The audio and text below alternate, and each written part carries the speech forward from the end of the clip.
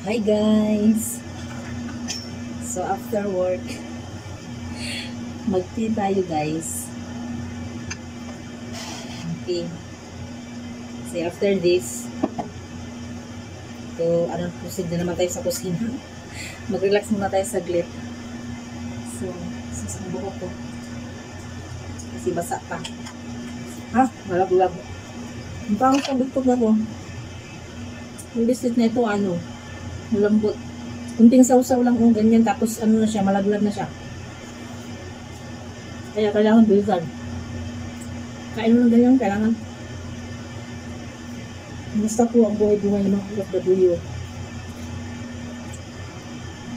Musta naman dyan sa Pilipinas, nakakamis.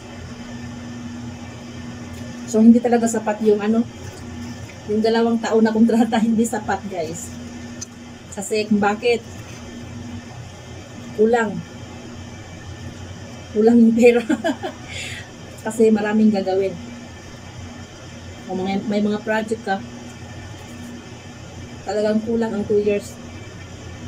So, kailangan naman natin mag-extend. Kahit sabihin na maliit lang talaga yung sweldo dito, no? Hindi naman pwedeng basta-basta na lang iwan. Kasi sa Pilipinas, wala din naman akong trabaho, maghahanap pa. Kung sakaling uuwi, maghahanap pa ng panibagong trabaho. Dito, kahit sabihin na maliit lang, at least meron monthly matatanggap. Diyos ko.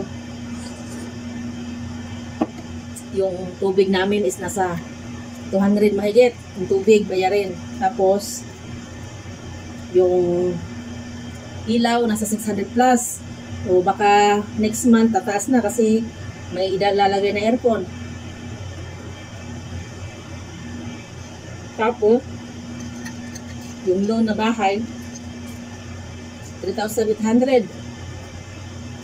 Tapos SSS, 1,200 monthly. Tapos pag-ibig, 200 monthly. So, anong ibabayad ko, hindi magtitsaga, extend.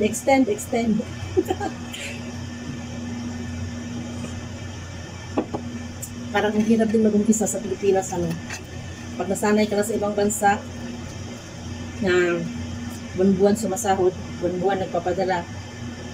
Parang pag nasa Pilipinas ka na, para ka matutulala.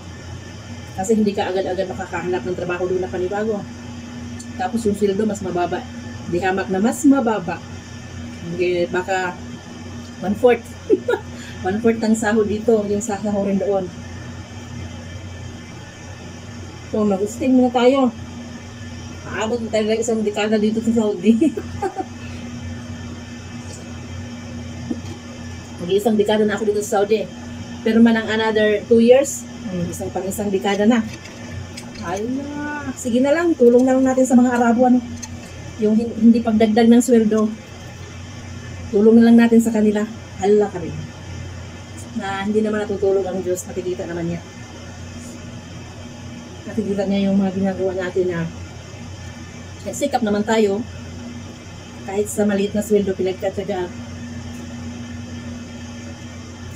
So si Lord lang ang bahala, At least dito, libre naman yung pagkain. Hindi na ako bumibili. Dati, panay-bili ako. Ngayon, hindi na, manguha na nga ako dyan sa kanila. Bakit ba? Wala namang dagdag sweldo, tapos panay-bili, mapapala. Wala matitira sa sweldo. So, yan lang po. Bye! Thank you for watching. OFW Life. Just sharing my situation here. Thank you.